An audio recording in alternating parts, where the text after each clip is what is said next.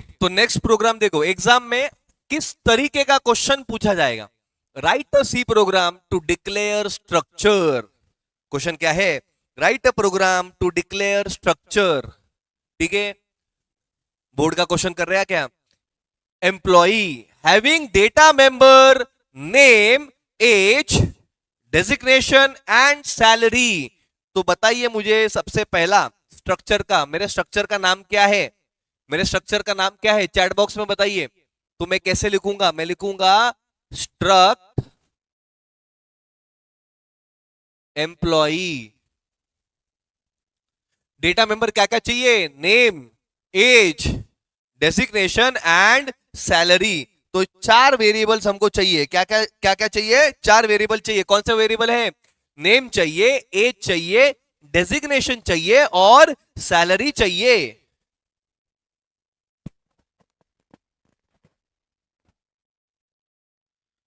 Mic बड़ा, audio कम है। बेटा स्ट्रक्ट ईएमपी नहीं लिखना है, स्ट्रक्चर का जो नाम दिया है पूरा वही लिखना है। तो अभी हमको ये जो डेटा मेंबर है ना, इसका मतलब इसके अंदर मेरे को जो वेरिएबल डिक्लेयर करना है वो है। तो सबसे पहला मेरे को नेम डिक्लेयर करना है, तो मैं क्या लिखूंगा? कैर नेम, और साइज दे दूंगा 20 या 50 जो भी रहेगा वो। फिर मैं इंटीजर में डिक्लेयर करूंगा int as.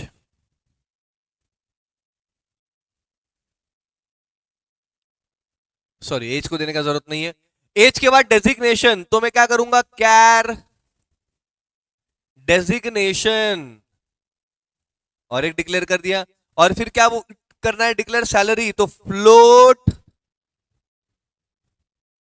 Salary, bracket close, semicolon. ये मेरा स्ट्रक्चर हो गया। अगर इतना भी लिखा तो आराम से आपको 2 मार्क मिल जाएगा, बट हमको 2 नहीं, पूरा 6 मार्क चाहिए है कि नहीं? हाँ, डेजिग्नेशन मीन्स पोस्ट। यस बेटा। अच्छा हाँ, सॉरी डेजिग्नेशन का लिमिट नहीं डाला, डेजिग्नेशन को 50 कर देता हूं। यस, तो देखो ये हमने कर दिया इस तरीके से कर दिया।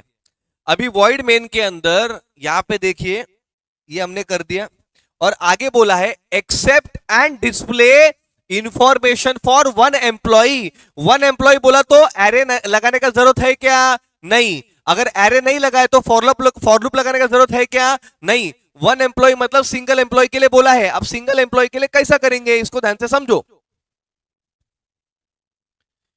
यहां पे देखो लिखा स्ट्रक्ट एम्प्लॉय ईएमपी। अब यहां पे बोला एंटर एम्प्लॉय इंफॉर्मेशन। ठीक है, उसके बाद में प्रिंटफ में क्या बोला? नेम। तो यूजर को नेम एंटर करने बोला है। तो जो भी नेम यूजर एंटर करेगा वो कहां पे स्टोर करेंगे? %s और क्या लिखेंगे? emp dot name. ओके, उसके बाद में यूजर को क्या बोला? एज स्टोर कर। स्कैनफ में क्या किया? %d emp dot age. फिर यूजर को क्या बोला? डेजिग्नेशन बता, तो %s emp dot designation.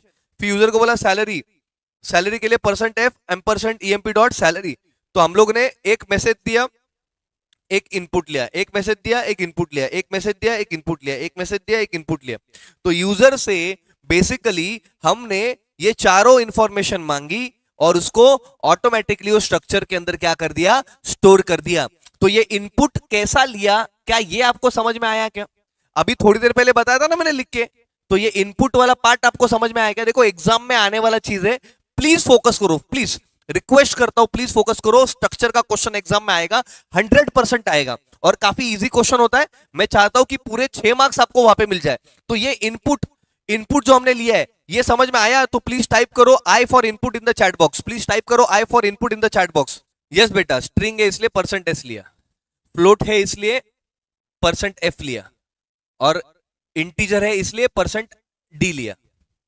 Same information को आपको प्रिंट करके देना है। डिस्प्ले एम्प्लॉय इंफॉर्मेशन, क्या लिखना है प्रिंटफ के अंदर? एम्प्लॉय इंफॉर्मेशन, नेम लिखना है, %s जो भी emp डॉट नेम के अंदर हमने यूजर से लिया था नाम और स्टोर किया था उसको अभी डिस्प्ले करना है। %s के मदद से डिस्प्ले हो जाएगा। emp एज के अंदर जो वैल्यू है वो ये %d के बदले में प्रिंट हो जाएगा। emp डेसिग्नेशन के अंदर जो वैल्यू है %s के बदले में प्रिंट हो जाएगा। emp salary, emp dot salary के अंदर जो भी वैल्यू हो यहाँ पे %f के बदले में प्रिंट हो जाएगा। तो बेसिकली एक बार आपने इनपुट लेना है, जितने भी डेटा मेंबर्स है उतने सारे डेटा मेंबर्स को इनपुट ले लो, और उसके बाद में सारे डेटा मेंबर्स का क्या कर दो, आउटपुट दे दो। समझ में आया क्या?